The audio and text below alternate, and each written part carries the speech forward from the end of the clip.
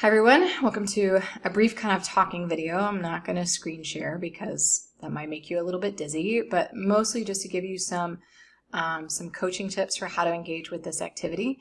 So my suggestion is, I'm going to make an assumption that maybe you have already taken a look at your Chapter 4 guidebook and you've already taken a look at the do phase section. This is the section, the do phase is all about the narration, like your narrative storytelling of your change idea, of rolling out your change idea, what you implemented, how you collected data, how you engage and interact with your participants, everything about your data collection methods and procedures in this narrative storytelling element. This is the section of your dissertation that people are probably most interested in reading. You know, if you're like, hey, I did this change idea and implemented it, they're going to want to jump to this section to be like, oh, what did you actually do? Now, because you did a lot and because this is like the primary like hub or like core of your dissertation as the do phase, this section is going to be a little bit longer than some of your other sections because it's going to have a lot of detail. You're going to talk about maybe your week by week implementation or your activity by activity implementation, and you're going to reflect on your implementation. You're also going to, I know you've already spoken about measures and instruments of like what they are, like here's my interview guide, but here in this section you're going to talk about how you engaged in interviews, how you collected them, what that was like, who you collected them with, like all of those additional narrative details. There's several different ways you can organize this section. And depending on your do cycle, or depending on your change idea, you might need to organize this section differently than the person next to you. So what's really important here, you might be so tempted to just start writing everything about your do phase. But trust me, I've worked with many doctoral students over the past many years.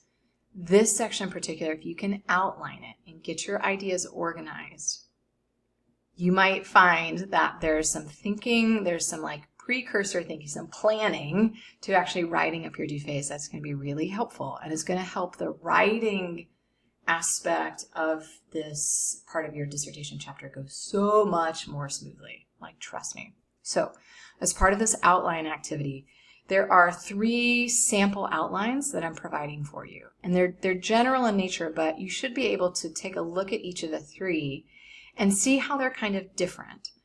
Now, each of the 3, I give you an overview of like the purpose, like how each one is different. Like one prioritizes this like chronology of time. Another one is like chronology of like activity. Another one is like maybe you had a really complex change idea where you had different things happening at different times, or different things happening at the same time. So it's a little bit layered and lots of things are overlapping. So in these 3 separate outlines, you'll see just different approaches. One approach is not right, one approach is not wrong, but there's probably one approach that's going to be best for you and how you want to communicate and share your change idea, the implementation of your change idea with your audience. So do take this activity seriously and take a look at all 3. Don't just go with the first one that you read, but really get a sense of like what's going to be best for my audience to understand. And or as your strength as a writer and your memory and recollection and your storytelling, what also feels kind of natural and organic to you of how to go about outlining this section. And so choose one of these approaches and be very, the other advice I could be is like be very specific with how you choose these descriptive headings. Let your descriptive headings be, they're not just headings. When I say descriptive headings, means that there's some detail there that's giving the reader these cues or these signals as to what's in that section.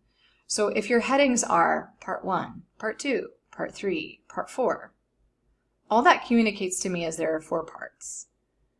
But if you have like part 1, a deep dive into student perspectives using interviews, that's like, oh, Now I know what part 1 is about, right? And that's a clear descriptive heading.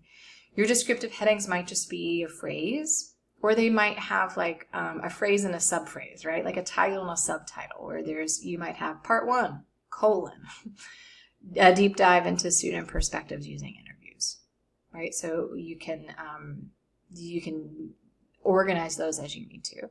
But with that, just be really careful, or be really mindful, be really intentional about the descriptive headings that you use. Try to use some parallel structure, meaning you take the same approach to some of those headings. So you don't have like part 1, colon, a deep dive into students, and then the next heading doesn't even mention part 2, right? Or it just says part 2 surveys. No, it's like, no, if you had a deep dive into student perceptions using interviews, try to take that same parallel structure approach to part 2. Surveying teachers' attitudes about X using Y. I'm just trying to like give you an example off the top of my head. So be really careful about those. Now, outlining the headings is one thing, and you'll see I'm asking you to put details under each heading. Now, some of the examples I give you don't give a whole lot of rich details. They're a little bit vague or a little bit summary oriented, but the more specific you can be in this outline, you will then have so much information to use to take with you when you look at your outline, and then you pull up a blank page and you want to write according to your outline. So you might have a first draft of your outline where you've got your descriptive headings, but in the details you just kind of have these vague thoughts of like, okay, put this there and this there and this there. But maybe with round 2 of your outline before you submit it, you go into those, here are my vague details, and you get specific about them. You might even find specific quotes, or say, I want to use this example, or here are all the details I want to include, and you just list them off just in like brainstorming way, knowing that that's at least giving you all the data, all the input. You're doing all your generative work in your outlining, right? This idea of generating all that information, so that when you go to write up from your outline, you've already done the generative work. You've thought through details. Now you're artfully putting them together in your narrative. If you try to do both, if you try to generate these ideas and be narrative in your writing and trying to polish off your writing, that's where sometimes it can get we can get our wires crossed, or it starts to feel really challenging. And you start doing a lot of editing and revising as you're writing, and then you just start spinning your wheels because you get stuck on a sentence and how a sentence sounds. So try to do some of your generative work here in the outline aspect, so that you are setting your future self up for success of like, how much detail do you want to work from when it's time to actually write it up? Okay, so use this outline week. Although it might seem like I'm not writing, you are priming yourself for writing up a really big section by doing a lot of the legwork happens here in outlining. So I know you're like, Dr. Hobgood, you just keep repeating yourself. I know I am, but it's important, and I'm trying to get some of these key ideas across.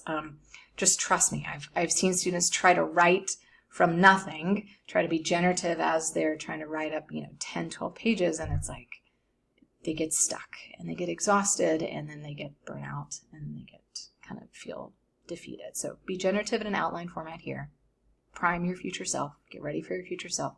So that way you can just hit the ground ready to write in the coming weeks.